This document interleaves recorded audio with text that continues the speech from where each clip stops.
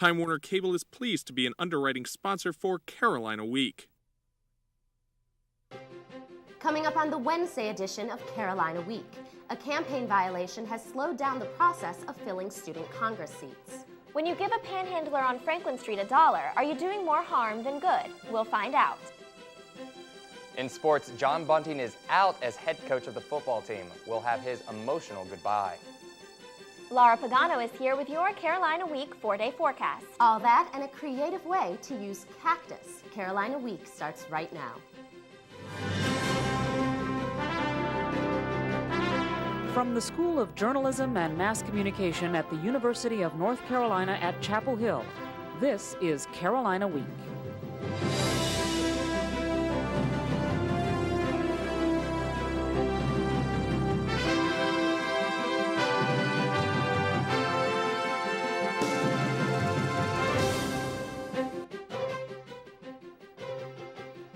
Hello and welcome to the October 25th edition of Carolina Week. I'm Kate Schoen. And I'm Alex Villarreal. Election season is in full swing both on and off campus.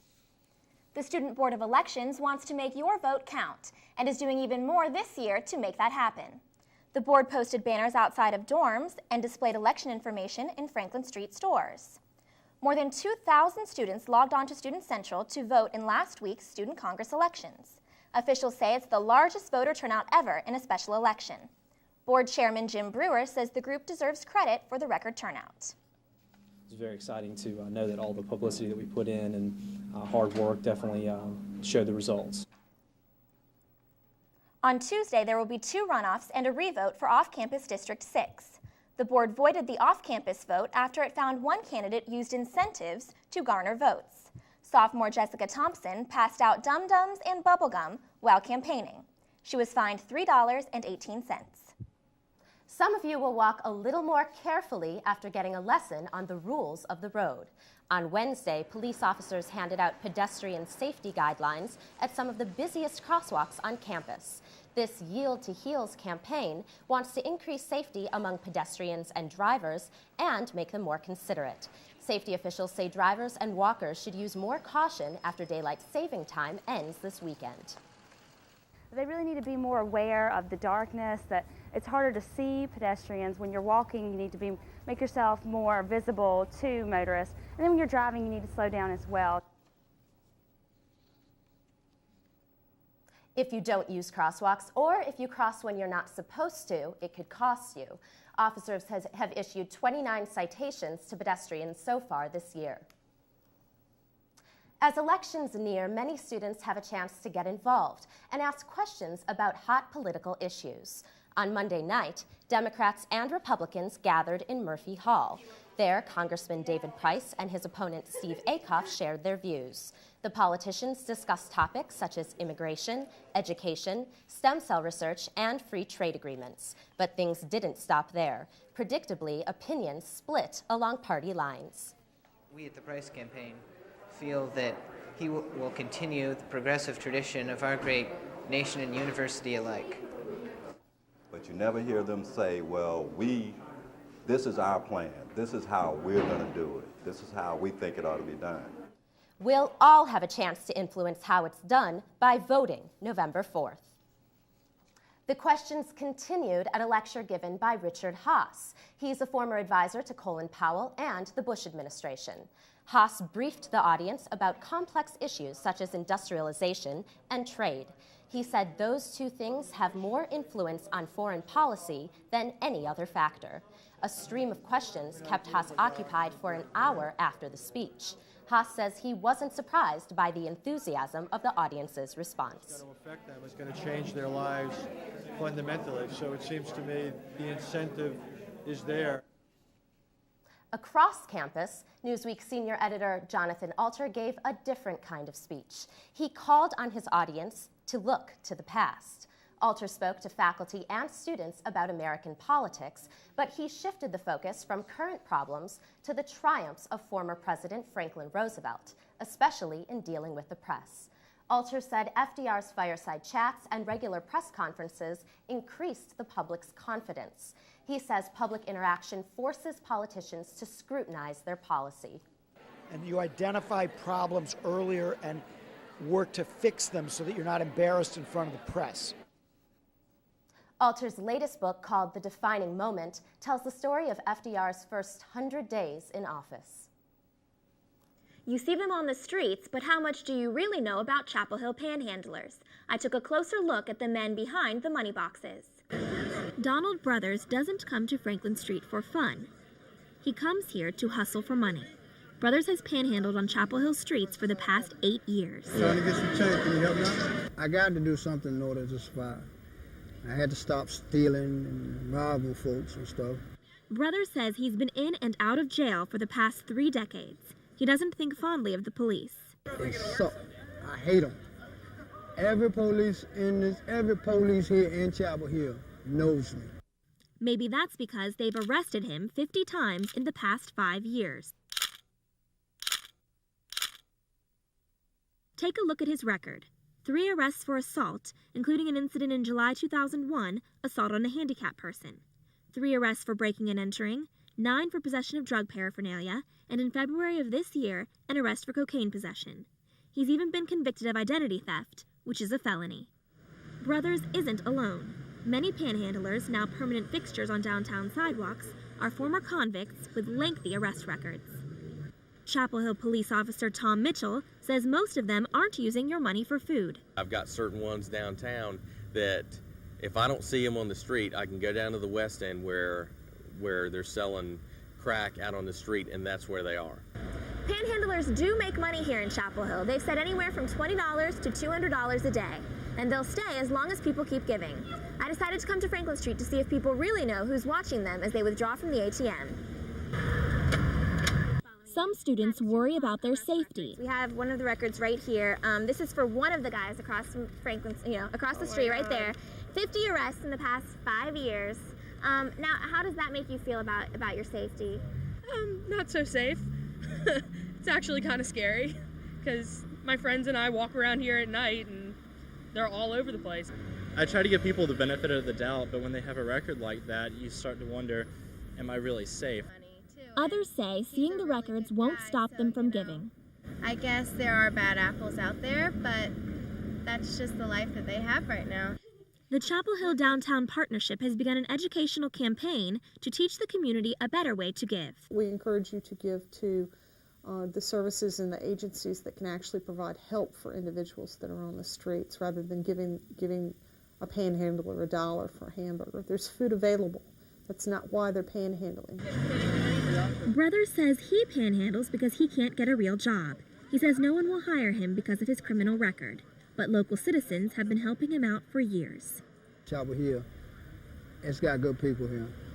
Yeah. And they're willing to give up money. Maybe next time before they give their money, Chapel Hill residents should do a background check. Officer Mitchell says he's seen an increase in the number of Franklin Street panhandlers in recent years. He says the town's lenient panhandling ordinance is the reason for the increase. When you think of thrift stores, you probably think bargain shopping. But that's not all they're good for. Carborough, and I'm here to tell you how a trip to the thrift store can do more than impact your wardrobe.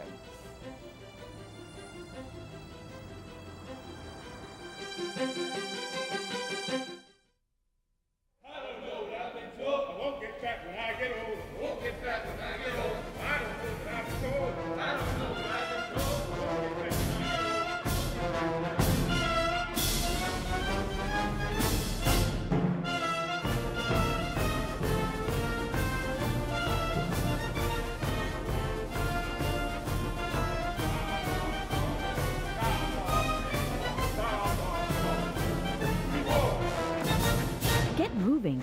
See what a 10% weight loss can do for you.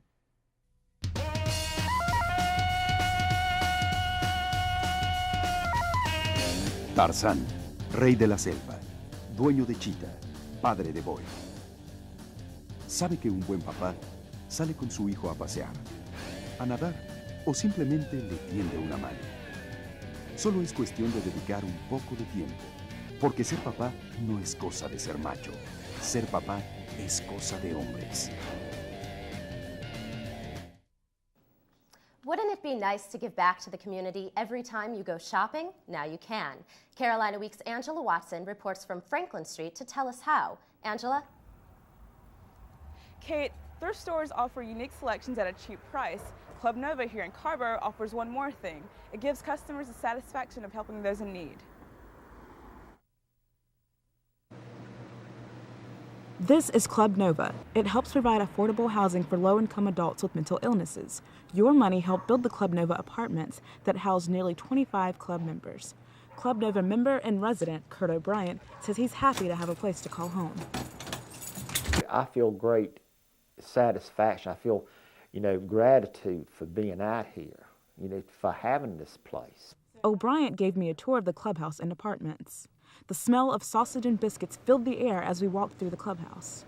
On a typical day, you'd see this room filled with club members chatting and eating dinner while someone plays piano in the background. In addition to affordable housing, Club Nova offers plenty of amenities to its residents and makes life as comfortable and convenient for them as possible. O'Brien says being in Club Nova gives mentally ill adults the chance to live their lives to the fullest and build relationships with people in the community. It gives them a place to come. It gives them meaningful relationships, and it gives them a chance to get out in the community. Your donations and purchases at the thrift shop fund the entire operation. I didn't really realize how generous people were in life until I started working over there. So the next time you stop by Club Nova, remember that every dollar you spend helps people like Kurt O'Brien. That clubhouse is truly a miracle. When Club Nova first opened, Kurt O'Brien lived upstairs with 3 other members, but now he lives here in these apartments less than 50 feet from the front doors of the thrift shop. Kate? Thanks, Angela. The apartments are all energy efficient and heated by solar power, so Club Nova members can look forward to a cozy winter. A new program created by Information Technology Services should help lower UNC's power bill. ITS recently added a new energy-saving system to more than 190 classrooms. Classroom lights would often remain on throughout the night if someone didn't turn them off. Now, a program installed on classroom podiums will automatically control the lights. The lights will dim by 50% when they aren't used during the day, and they'll shut off between 12 a.m. and 6 a.m. ITS Assistant Vice Chancellor Charlie Green says the program will make UNC a more energy-efficient campus. That's one of the beauties of information technology, that it allows us to better control these rooms, to use them more in a smarter sense. That I think that ultimately the cost savings will be somewhat significant. ITS says the new system will lead to an annual savings of at least $7,500. If you recently purchased an Apple iPod, you might want to double-check your computer for viruses. Apple says one of its manufacturers accidentally shipped a small number of infected iPods, sold after September 12th of this year. Older models aren't affected, so if you bought yours before then, there's no need to worry. Well, I'm not currently at risk for the iPod virus because I already have mine, but I hear that support is available if you do run across it. To play it safe, Apple says you should update your computer's virus protection software and then scan for viruses with your iPod plugged in and turned on. Computers might make our lives easier, but what have they done to our handwriting?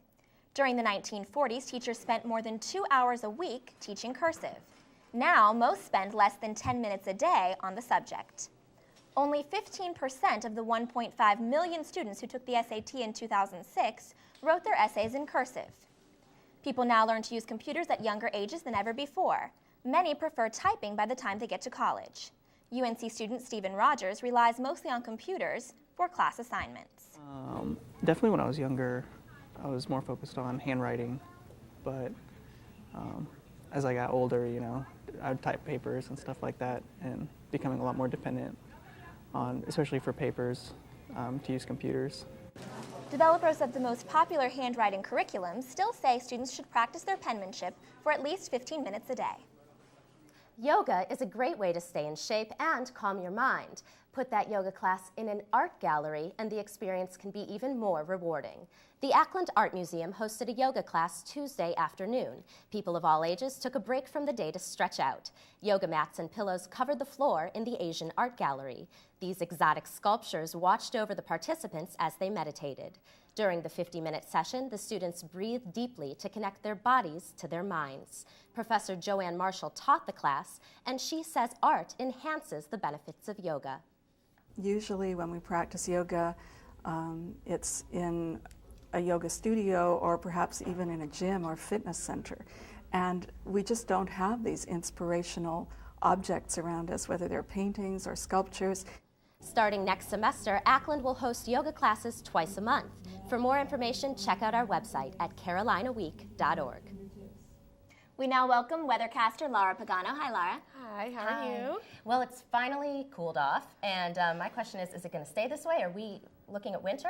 Well, winter feels like it's finally arriving, and so are those colors, and I'll tell you whether the temperature is going to change or not. And it might not be peak season central North Carolina just yet, but the cold weather has given the leaves a little color. Coming up, I'll tell you whether the chilly temperatures are here to stay.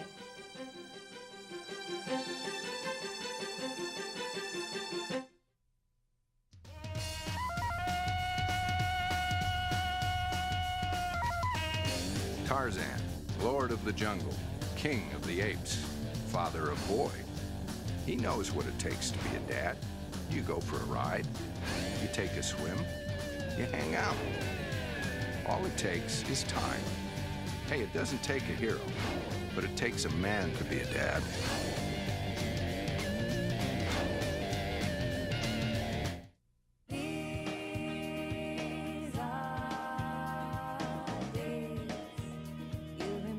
There's a vacation village near Orlando that's unlike any other. It's called Give Kids the World.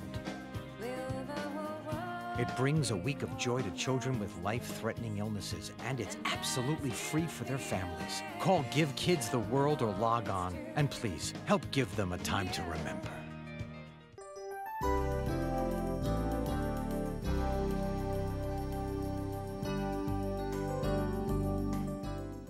Hi, and welcome back to Carolina Week. I'm weather forecaster Laura Pagano. Top headline today? Well, it's cold, especially if you're heading out toward the morning hours. It is very cold, and it really is just affecting you as you head out, maybe towards school as well. You really need to make sure you bring a jacket. So how about the weekend plans? Well, there is going to be a chance for some precipitation in toward the weekend, but it shouldn't put too much damper into your plans. And foliage, well, if you take a look outside, it does look as if the fall colors are coming into play for the Raleigh-Durham area. And as we take a look, the max is in the Appalachians right now and heading off toward the east. We're not quite in the max right now. This is basically stating that we're about 2 weeks away from max foliage for the Raleigh-Durham area. So those colors are definitely coming very, very soon. So taking a look at the satellite, we do have an abundant amount of clouds moving northeast, really affecting our area for the next few days. But as of right now, we only have a few high clouds in the area, so really nothing for us to be too concerned about for tomorrow. But like I said, into Friday, it's going to be a different story. So taking a look closer towards our area, really some just high clouds off toward the south. But as we take a look towards the west, we do have a lot of convection, and which means precipitation, coming into our area as we head on towards the weekend. So how about the radar? Well, it also indicates that we do have some showers towards the south, and that will be moving into our area. Depends on how fast the system moves, whether it's going to affect Friday or maybe Saturday. So make sure you keep tuned. Also, for the surface map, we'll see that we do have that low pressure system that's going to be over us in about the next day or so, but right now we do have high pressure, so absolutely beautiful conditions. If you have outdoor plans, it's going to be absolutely great just to get out, because Friday is going to be a total different story. So if we take a look at the 4-day forecast, we will see that Thursday, absolutely beautiful, like I said, but Friday, total different story when we have the rain and wind involved. Temperatures are going to be on the decrease as this low pressure system moves off towards the east. And then after it is gone, we have sunny conditions. 64 degrees on Saturday and 63 on Sunday, with lows hovering around the 40s into 50s, a lot better than it has been the last few days. So maybe you want to head towards the beach. Well, beautiful conditions as well. Temperatures much higher. And for the mountains as well, we do have some precipitation coming into the area that will be lingering over the weekend, but fall foliage is definitely hitting in that area. So if you want to head there, that would be great for this weekend. Well, it looks like it's going to be a beautiful weekend, and the 60s will probably feel warm. Oh, finally. Thanks, Lara. Sportscaster Brandon Curry joins us now. Brandon, big changes in football. What's happening here? Big changes indeed, and I'm going to tell you about them. Coming up in sports, depending on who you ask, it was either a long time coming or a disappointing decision. John Bunting will officially be relieved of his duties as head football coach at season's end, and we'll have Bunting's reaction to the news.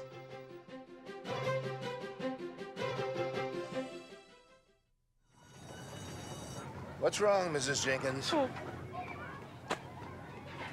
on, you can tell me. Well, there's no funding for the new reading program, and I've tried everything and nothing works. It's not fair. Nobody ever gives me funding. When adults run out of ideas, they can feel as frustrated as kids. ConnectForKids.org has thousands of resources for helping kids in your community.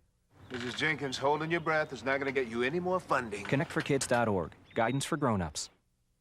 I hang out with a pretty trashy circle, the circle that helps this circle. It starts when we recycle trash at home. It's completed when we buy products made from recycled materials. Check the label for something called post-consumer recycled content. Then buy the highest percentage of it you can find. Complete the circle. Call 1-800-2-RECYCLE for your free shopping guide. Environmental Defense, finding the ways that work.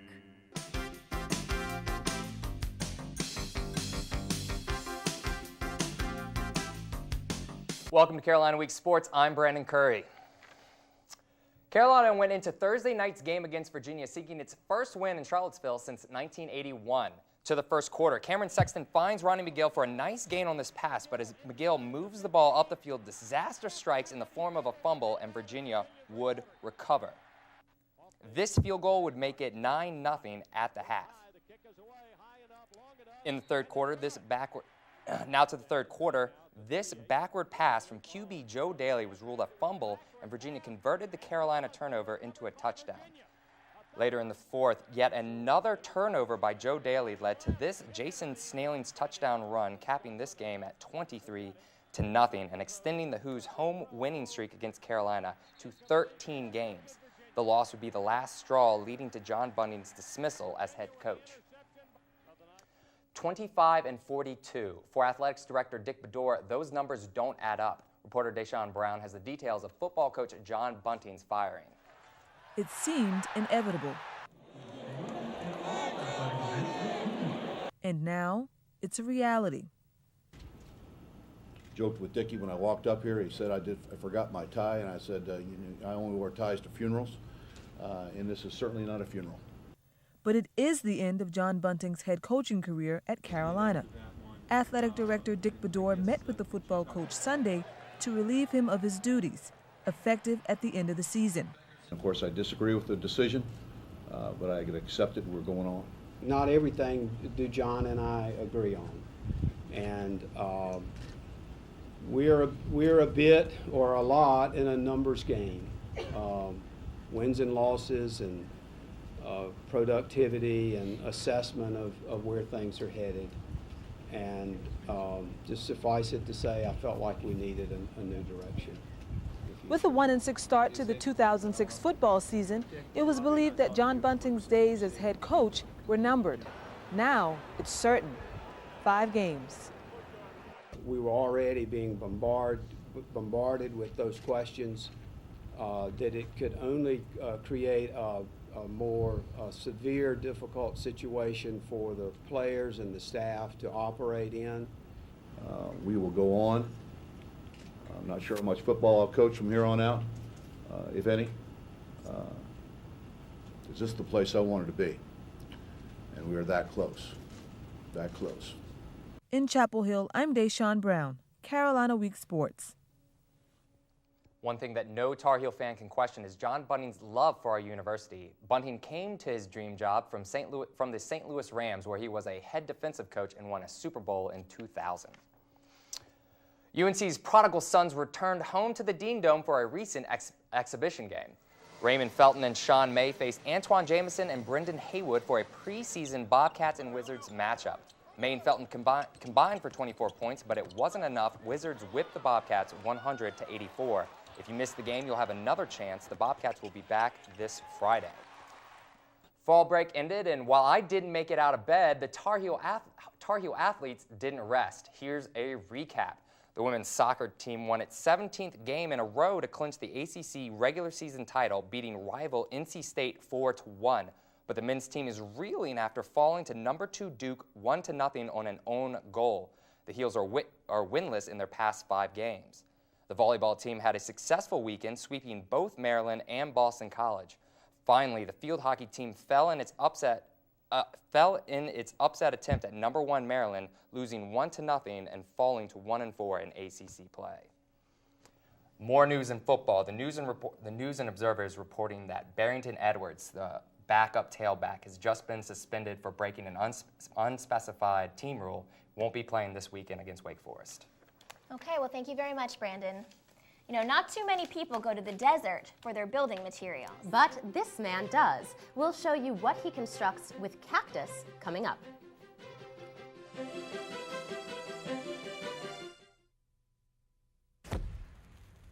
Okay, here's a little pop quiz for you. Name any Oscar winner. Name one character from a Hollywood film. Easy, right? Oh, one more question. Name one character your kid learned about in English class. Know what really matters. Know about your kid's school, and know about your kid. Find out 100 ways to know more, do more.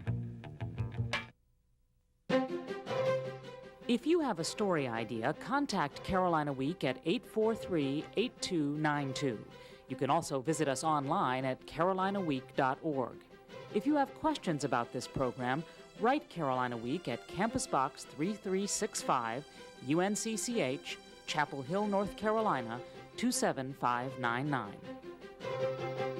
Carolina students have many chances to travel through study abroad programs and other university-sponsored trips. Reporter Kina Patel visited Chile on one of those trips and met a man with a prickly passion. For many, making a living out of your hobby would be a perfect job. Christian Munoz knows exactly how this feels. He makes art from dried cactus he finds in the Atacama Desert. The first time I saw a cactus, I was really impressed with its shape. The first thing I thought of making with it was a lamp, so I did. By making things, Munoz is able to escape the worries of daily life. Working with cactus has been a big help for me. There are times when I'm a little bit depressed and I let go of all of that by working with cactus. That's not the only thing cactus has helped him with. I dropped out of high school when I was very young.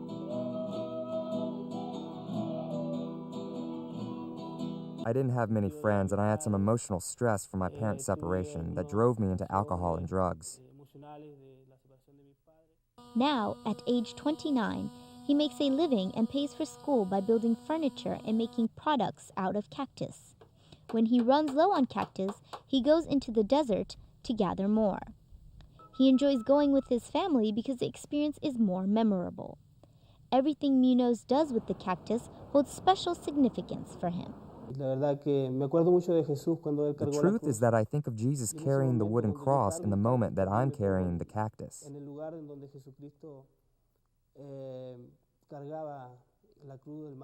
From the moment Munoz cuts down a cactus in the desert to the finished creation, it's an adventure. Cactus is like a hidden treasure to me. I believe God is the one who said that cactus is made for Christian. And because cactus is made for him, he'll continue to work with it and follow his passion. In Calama, Chile, I'm Kina Patel, Carolina Week. I think I need to get one of those cactus lamps. Yeah, the lamps are great. That does it for this edition of Carolina Week. Thanks very much for watching. Good night.